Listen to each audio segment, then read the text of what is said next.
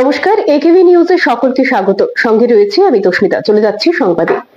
গোটা বিশ্বের মানুষ ভারতে আসতে মুখিয়ে আছেন। শনিবার NXT কনক্লেভ 2025 অনুষ্ঠানে যোগ দিয়ে একথা বললেন প্রধানমন্ত্রী নরেন্দ্র মোদী। তিনি বলেন, ভারত বিশ্বের এমন একটি দেশ যেখানে প্রতিদিন ইতিবাচক খবর তৈরি হচ্ছে।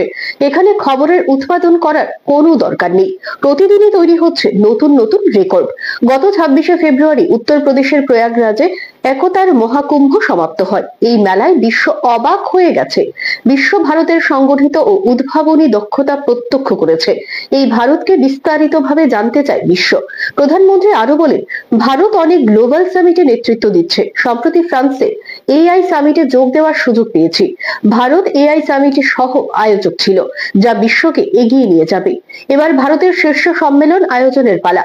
ভারত সফলভাবে G20 শীর্ষ সম্মেলন আয়োজন করেছে বলে প্রধানমন্ত্রী জানান। মুখ্যমন্ত্রী ডক্টর মানিক সাহা এবং সাংসদ বিপ্লব কুমার দেবের হাত ধরে পূর্ব লক্ষ্মীবিল এলাকায় লিমকো অক্সিলিয়ারি প্রোডাকশন সেন্টারের ভূমি পূজন অনুষ্ঠান শনিবার অনুষ্ঠিত হয়। এই অনুষ্ঠানে প্রতিবন্ধীদের হাতে প্রয়োজনীয় বিভিন্ন সামগ্রী তুলে দেওয়া হয়। বিশালগড় পূর্ব লক্ষ্মীবিল এলাকায় লিমকো অক্সিলিয়ারি প্রোডাকশন সেন্টারের ভূমি পূজন অনুষ্ঠিত হয় শনিবার। এই অনুষ্ঠানে উপস্থিত ছিলেন রাজ্যের মুখ্যমন্ত্রী প্রফেসর ডক্টর মানিক সাহা। তাছাড়া এদিন উপস্থিত ছিলেন প্রাক্তন মুখ্যমন্ত্রী তথা পশ্চিম ত্রিপুরার লোকসভার সাংসদ বিপ্লব কুমার দেব, মন্ত্রী টিঙ্কু রায়, বিধায়ক সুশান্ত দেব, কেন্দ্রীয় মন্ত্রী BL বর্মা সহ অন্যান্য আধিকারিকরা। কেন্দ্রীয় সরকারের তত্ত্বাবধানে প্রতিবন্ধীদের বিভিন্ন প্রয়োজনীয় সামগ্রী তৈরি হবে এই সেন্টারে। এই উপলক্ষে অনুষ্ঠানে বক্তব্য রাখতে গিয়ে মুখ্যমন্ত্রী ডক্টর মানিক সাহা পরিষ্কার ভাষায় জানান, এই রাজ্য ছোট্ট হলেও এখানে সরকার চাকুরি, ট্রান্সফার সবকিছু ট্রান্সপারেন্ট ভাবে করে চলেছে। এদিন তিনি জানান, প্রায় 5 একর জায়গা জুড়ে এখানে এই অক্সিলিয়ারি প্রোডাকশন সেন্টার তৈরি হবে। এতে স্থানীয় এলাকার জনগণেরও কাজের সংস্থান হবে। এলাকার উৎপাদিত সামগ্রী দিব্যাঙ্গজনদের পাশাপাশি প্রবীণদের জন্য কাজে লাগবে। এখান থেকে উৎপাদিত সামগ্রী পুরো উত্তর পূর্বে যাবে। এদিকে প্রসঙ্গক্রমে মুখ্যমন্ত্রী বলেন, কয়েকদিন আগে তিনি আসামে একটি অনুষ্ঠানে যোগ দিয়েছিলেন। সেখানে দেশের এবং বিদেশের অনেক বড় বড় ব্যবসায়ীরা এসেছিলেন। তিনি তাদেরকে রাজ্যেও আসার আমন্ত্রণ জানিয়েছেন, যাতে রাজ্যেও নতুন নতুন দিকের উন্মোচন করা যায়। নর্থ ইস্টের মধ্যে প্রথমবার এই ধরনের একটা অক্সিলারি প্রোডাকশন সেন্টার এলএমকো করছে, এবং এখানে শুধু ত্রিপুরার মানুষের যারা দিব্যাঙ্গজনেরা আছেন তাদেরই শুধু সুবিধা হবে না, যারা প্রবীণ নাগরিকরা আছে ত্রিপুরার তো হবেই, এবং নর্থ ইস্টেও এখান থেকে যে প্রোডাকশন হবে তার সাপ্লাইও এখান থেকে হবে। আমাদের এখানে এটা ছোট হলেও আমরা কিন্তু চেষ্টা করি ট্রান্সপারেন্সির মাধ্যমে। মাননীয় প্রধানমন্ত্রীজি বারবার বলেন যে যতক্ষণ ধরে ট্রান্সপারেন্সি না থাকবে সরকার চালাতে গিয়ে মানুষের আস্থা কিন্তু আমরা অর্জন করতে পারবো না। আমরা সব ক্ষেত্রেই আমরা ট্রান্সপারেন্সির মাধ্যমে, চাকরি হোক, যে কোনো জায়গায় পোস্টিং হোক, এভরিথিং আমরা ট্রান্সপারেন্সির মাধ্যমে স্বচ্ছতার সাথে আমরা কাজ করি। Bureau report, AKB TV. Tripura রাজ্যের স্বসহায়ক দলের মহিলাদেরকে সশক্তকরণ করার লক্ষ্যে কেন্দ্র এবং রাজ্য সরকার প্রতিশ্রুতিবদ্ধ। তাদেরকে আর্থিকভাবে স্বাবলম্বী করে তোলার জন্য এবং তাদের কাজকর্ম বৃদ্ধি করার জন্য ঋণের প্রয়োজন। সেক্ষেত্রে স্বসহায়ক দলের মহিলাদেরকে সহজ শর্তে ঋণ দেওয়ার ক্ষেত্রে এগিয়ে এসেছে পাঞ্জাব ন্যাশনাল ব্যাংক। এই ব্যাংকের বিভিন্ন শাখা ইতিমধ্যে রাজ্যের বিভিন্ন প্রান্তে কর্মরত স্বসহায়ক দলের মহিলা প্রতিনিধিদের জন্য ঋণ মঞ্জুর করেছে। সেই মোতাবেক শনিবার আগরতলা টাউন হলে এক অনুষ্ঠানের মাধ্যমে স্বসহায়ক দলের সদস্যদের হাতে ঋণের চেক তুলে দেন অর্থমন্ত্রী প্রণজিৎ সিংহ রায়। অনুষ্ঠানে মন্ত্রী বলেন, আরো ব্যাপক হারে মহিলাদেরকে ঋণ দেওয়ার জন্য ব্যাংকে এগিয়ে আসতে হবে। জাতীয় স্তরের ব্যাংকগুলো তুলনায় অনেক কম ঋণ দিচ্ছে, তাই তারা যেন আরো বেশি করে ঋণ দেওয়ার কাজে এগিয়ে আসে, এই আহ্বান রাখেন মন্ত্রী। অনুষ্ঠানে মন্ত্রী ছাড়াও বিভিন্ন ব্যাংকের আধিকারিক এবং রাজ্যের বিভিন্ন প্রান্ত থেকে আগত স্বসহায়ক দলের প্রতিনিধিরা উপস্থিত ছিলেন।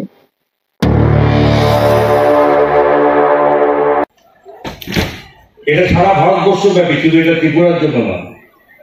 প্রধানমন্ত্রীর এই স্লোগান, এই কাজ আজকে এমন জায়গায় পৌঁছেছে যে এখানে মহিলারা সারা ভারতবর্ষে যথেষ্ট ভাবে নিজ অধিকার বলে মাথা উঁচু করে আজকে তারা সাধারণ অন্যান্য পুরুষদের সঙ্গে তাদের সমানতালে পা মিলিয়ে চলেছে। পাঞ্জাব ন্যাশনাল ব্যাংক এ রাজ্যের এর আগে ইউনাইটেড ব্যাংক মার্জার হয়েছে। ভারত সরকারের বিভিন্ন বেনিফিশিয়ারি স্কিমের ক্ষেত্রে বেনিফিশিয়ারিকে লোন দেওয়ার ব্যবস্থা ছিল, কিন্তু এটাও ঠিক সেখানে আমরা দেখেছি তার পরিমাণ কি ছিল, তার পদ্ধতি কি ছিল। এবং একটা সময়ে যারা বয়স্ক যারা দিদিরা আছেন, বিশেষ করে যারা পুরুষ মানুষ বয়স্ক যাদের ওরা আছেন, তারা বলতে পারবেন ওই সময়কার জমানাতে মহাজনী লোন, বাইরের থেকে লোন নিতাম আমরা, লোন যারা প্রয়োজন লোন নিত, এবং সেই লোন নেওয়ার ক্ষেত্রে যে ছিল সেখানে লোন আর রিপেমেন্ট কখনো শেষ হতো না। ইন্টারেস্ট দিতে দিতে সেখানে দেখা গেছে জমি বন্ধক রাখা, জমি চলে গেছে, কেউ ফসলের অগ্রিম বিক্রি করে দেয় কম রেটে, শেষ হয় না। এই অবস্থার মধ্যে তখন ছিল একটা সময় এই গ্রামীণ অর্থনীতি কখনো মাথা তুলে দাঁড়াতে। এখন সময় বিজ্ঞাপনের জন্য ছোট্ট একটি বিরতি, সঙ্গে থাকুন।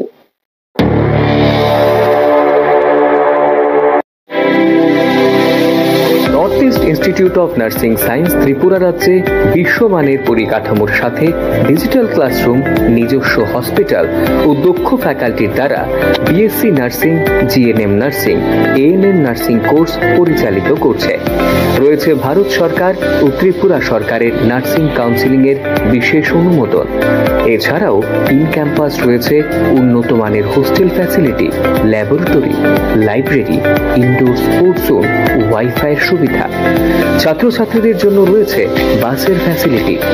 তাই নার্সিং পড়তে এখন আর বহির্রাজ্যে নয়, নিজের রাজ্যে 100% প্লেসমেন্ট অ্যাসিস্ট্যান্সের সাথে নার্সিং পড়ার স্বপ্ন পূরণ করুন।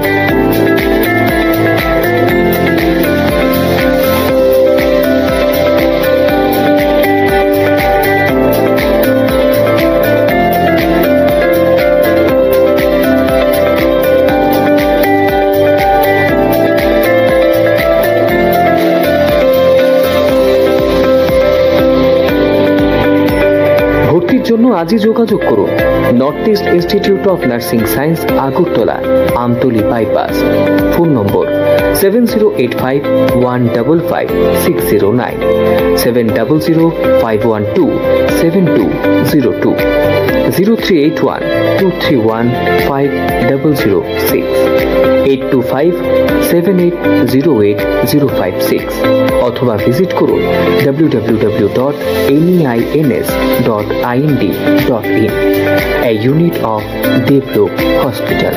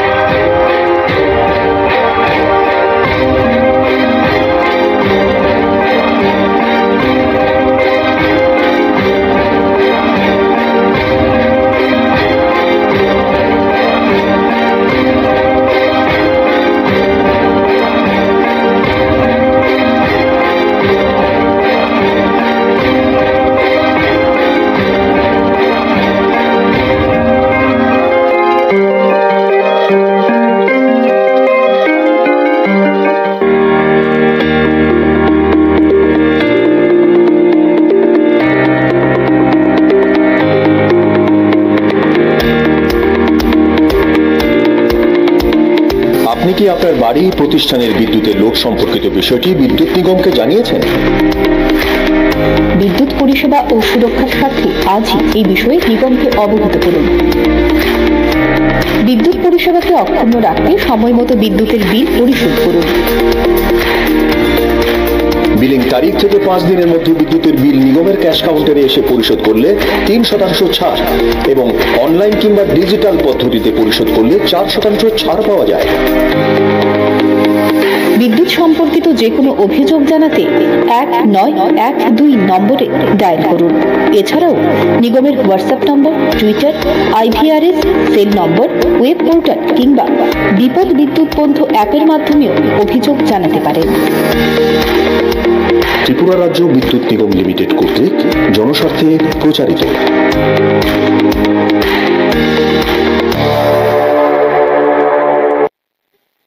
ফিরে এলাম বিরতির পর। উত্তরাখণ্ডের তুষারপাতে এখনো পর্যন্ত 47 জন শ্রমিককে উদ্ধার করা হয়েছে। অপর 8 জনের এখনো খোঁজ মেলেনি। তাদের দ্রুত উদ্ধারের চেষ্টা চালানো হচ্ছে। এই ঘটনায় উত্তরাখণ্ডের মুখ্যমন্ত্রী পুষ্কর সিং ধামিকে ফোন করে উদ্ধার কাজের বিষয়ে খোঁজ খবর নিয়েছেন প্রধানমন্ত্রী নরেন্দ্র মোদী। শুক্রবার দুপুরে উত্তরাখণ্ডের চামুলি জেলায় বদ্রীনাথের কাছে বদ্রীনাথের মানা গ্রামে ধস নামে।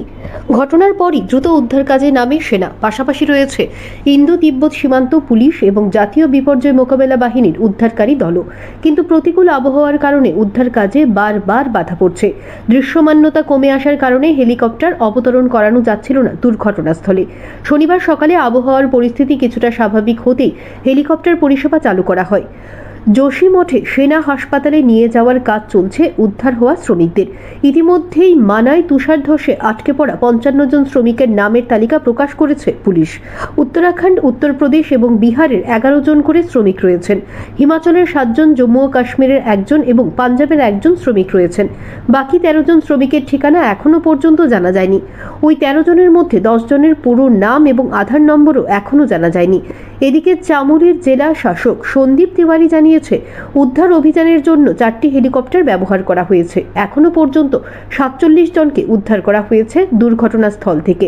এদের মধ্যে 7 জনকে যোশীমঠ হাসপাতালে ভর্তি করা হয়েছে। তাদের চিকিৎসা চলছে। 3 জনের অবস্থা স্থিতিশীল। প্রসঙ্গত, শুক্রবার দুপুরে বদ্রীনাথ থেকে মাত্র 3 কিলোমিটার দূরে মানায় তুষারধস নামে।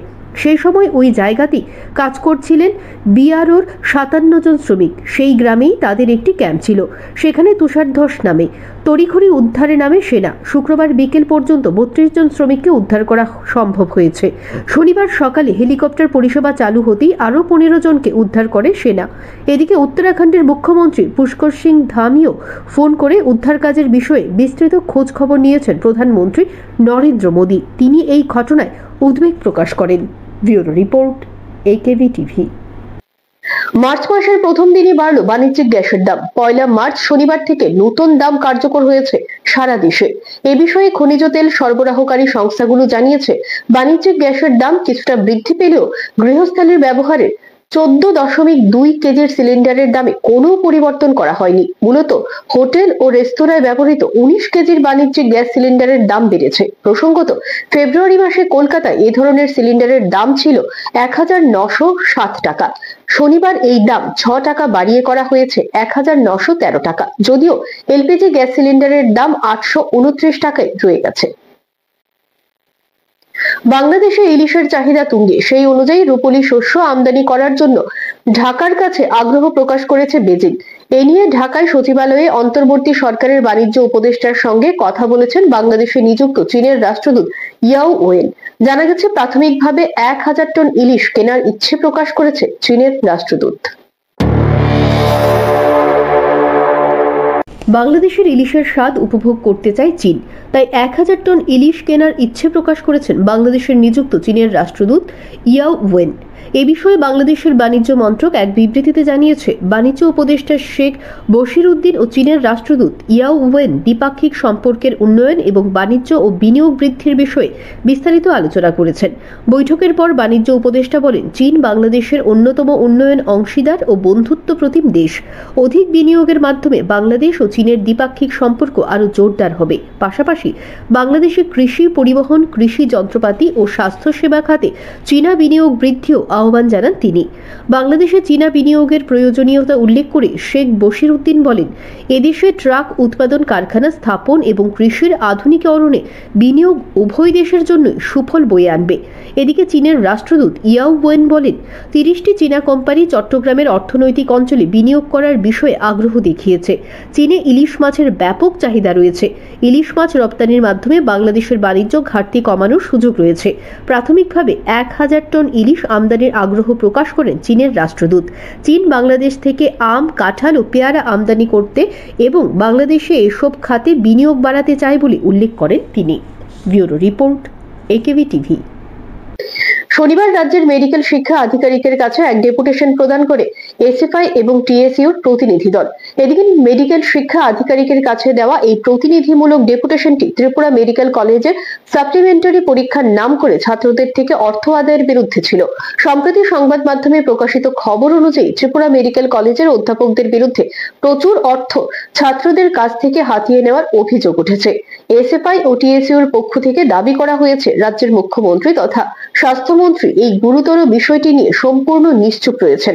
তারা অভিযোগ করেছেন, কিছু অধ্যাপক ছাত্রদের ভবিষ্যৎ নিয়ে খেলছেন, কিন্তু এই বিষয়ে কোনো পদক্ষেপ নেওয়া হচ্ছে না। ডেপুটেশনে এসএফআই এবং টিএসইউ সদস্যরা অবিলম্বে এই অবৈধ অর্থ আদায়ের বিরুদ্ধে সঠিক পদক্ষেপ গ্রহণ এবং অভিযুক্তদের শাস্তির দাবি জানিয়েছেন। তারা আশা করছেন এই বিষয়টি দ্রুত তদন্ত করে জড়িতদের বিরুদ্ধে ব্যবস্থা নেওয়া হবে।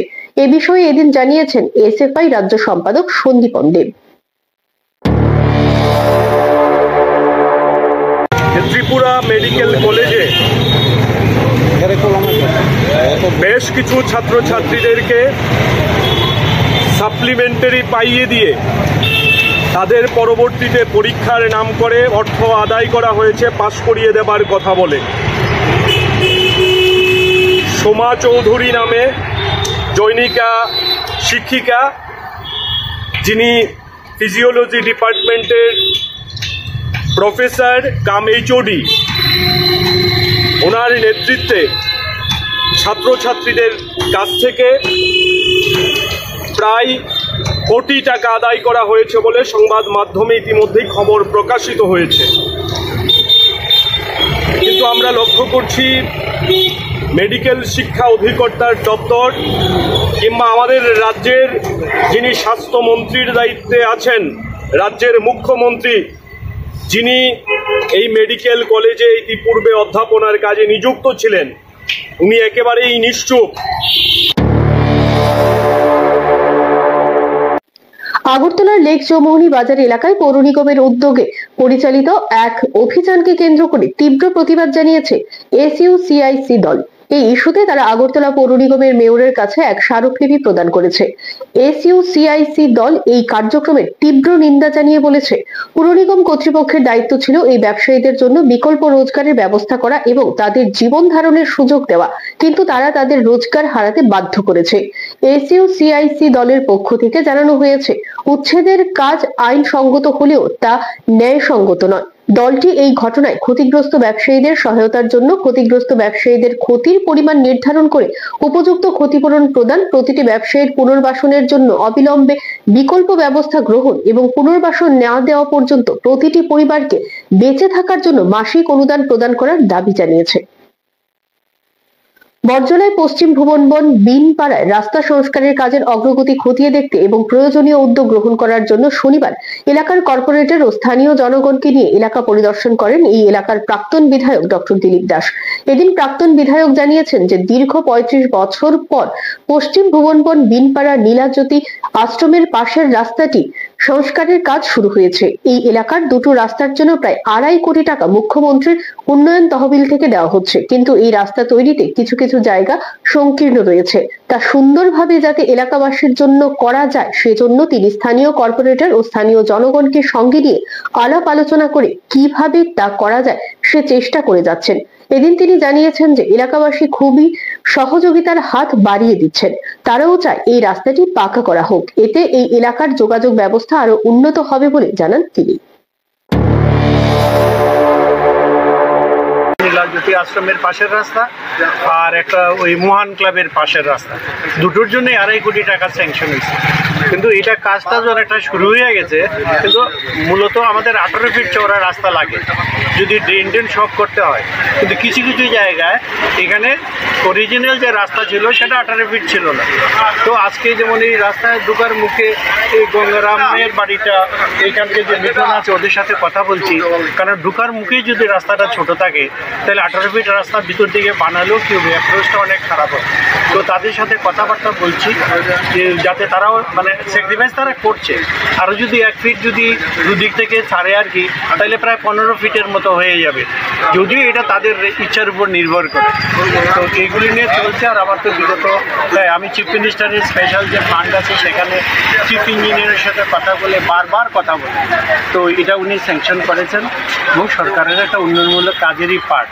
তো আজকে আমি দেখছি যে যেটুকু সামান্যতম বাধা আছে, বাধা সেগুলো কী করে অতিক্রম করা যায়, এলাকাবাসীদেরকে নিয়ে, কাউন্সিলর নিয়ে, অন্যান্য সবাইকে নিয়ে আমরা তাদের সাথে আলোচনা করছি কীভাবে এই কাজটাকে করা যায় আর কি, কাজটা উঠানো।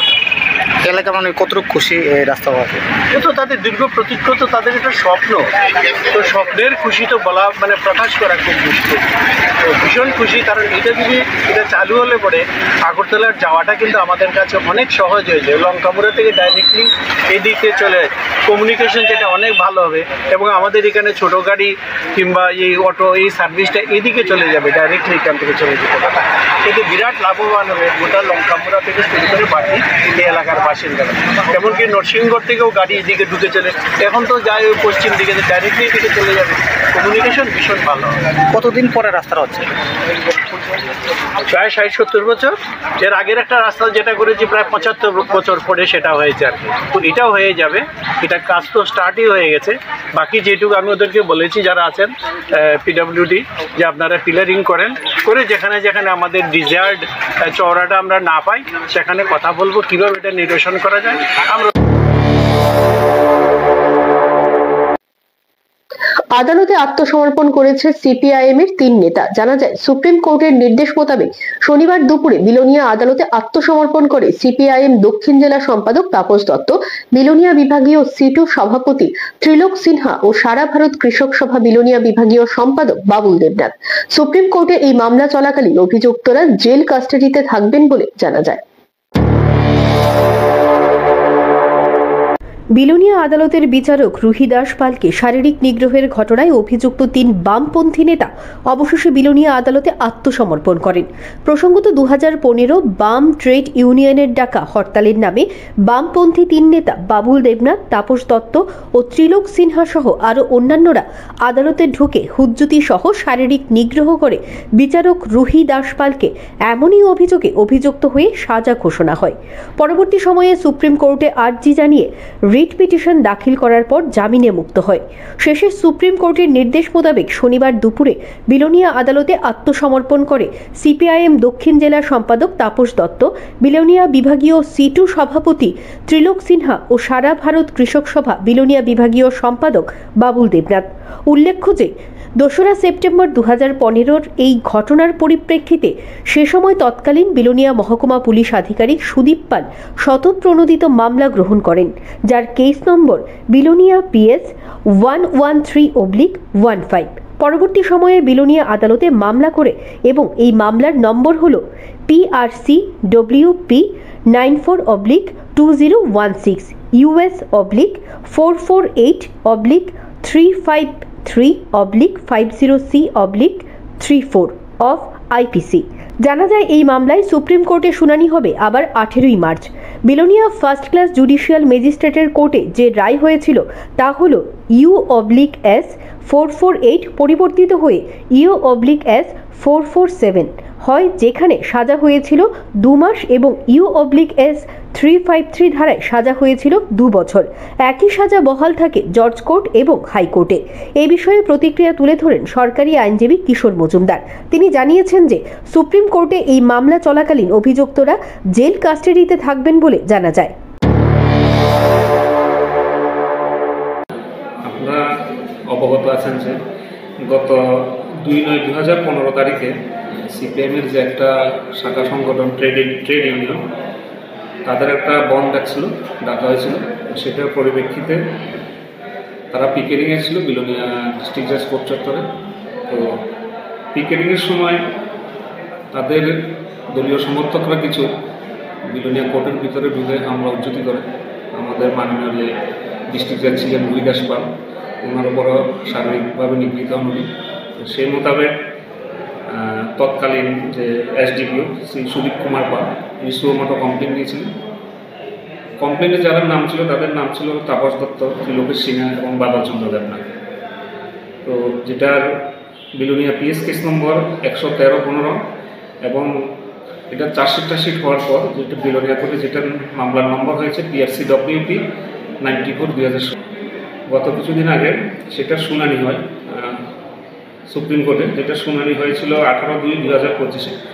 তখন এখানে honourable justice of supreme court বলে দিয়েছেন যে ওনাদেরকে আগে জুডিশিয়াল কাস্টডিতে যাওয়ার জন্য, তারপরে সেখানে শুনানি চলবে সুপ্রিম কোর্টে। এবং ওনাদেরকে বলা হয়েছে, এটা বলা হয়েছে যে এফিডেভিট দিয়ে যাতে সেটাকে কনফার্ম করা হয়। তো যথারীতি ওনারা আজকে বিলোনিয়া কোর্টে হাজির হয়েছেন এবং সারেন্ডার করেছেন। ওনারা আজকে থেকে ওনারা জেলে থাকবেন। তো সুপ্রিম কোর্টে ডেট পেন্ডিং আছে 18/3/2025-এ, সেটা শুনানি চলবে। এবং ব্যুরো রিপোর্ট, AKB টিভি। আবারও সময় বিজ্ঞাপনের জন্য ছোট্ট একটি বিরতি, সঙ্গে থাকুন।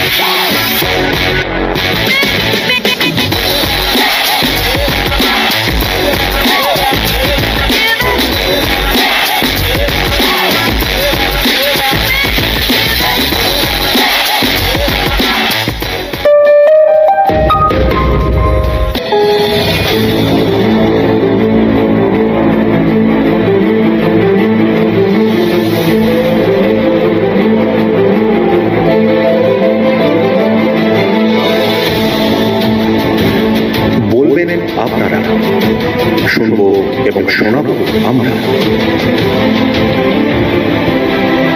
চোখ রাখবো AKB টিভির পর্দায়।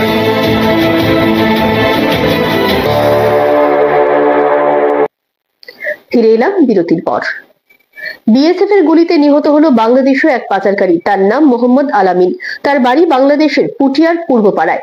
ঘটনার পর বিএসএফ জওয়ানরা তাকে উদ্ধার করে বিশালগড় মহকুমা হাসপাতালে নিয়ে আসলে কর্তব্যরত চিকিৎসক তাকে মৃত বলে ঘোষণা করেন। ঘটনায় গুরুতর আহত হন এক বিএসএফ জওয়ান। শুক্রবার রাত 7টা নাগাদ সিপাহীজলা জেলার বিওপি পুটিয়ার 146 নম্বর গেটে এই ঘটনাটি ঘটে।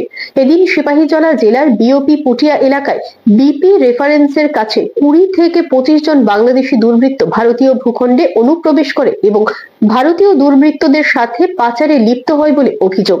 তখনই টহলরত বিএসএফ জওয়ানরা পাচারকারীদের উপর আক্রমণ করে। গুরুতর আহত হন এক বিএসএফ জওয়ান। পরবর্তী সময়ে আবারও ওই দলটির উপর আক্রমণ করা হয়। সেই সময় দুর্বৃত্তরা বিএসএফ জওয়ানদের অস্ত্র ছিনিয়ে নেওয়ার চেষ্টা করে। তখন নিজের জীবন রক্ষার্থে বিএসএফ জওয়ানরা আত্মরক্ষার জন্য গুলি চালায়। এই ঘটনায় বাংলাদেশি এক নাগরিকের মৃত্যু হয়।